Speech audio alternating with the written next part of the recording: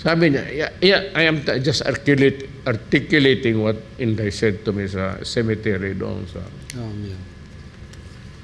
Ngayon, ayaw niya, hindi man siya, it was never a time for her to say it in public. Pinadalhan niya ako right after that, pinasirok niya sa opisina, tinawagan niya na bigyan.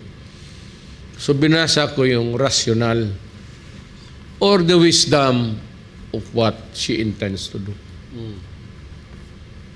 Sabi ko, kung ayaw nila, di okay lang, ibigay mo sa military. Let the military convince our young people to, kung madala nila.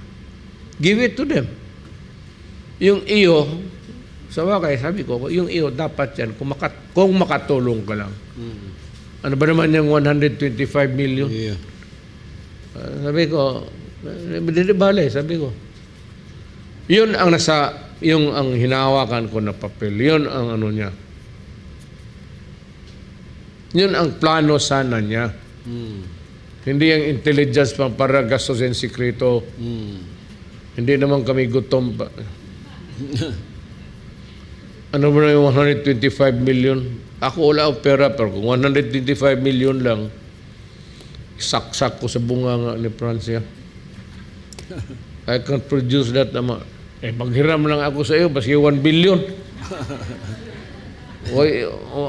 Si Inday, bakit siya magsabi na magnakaw?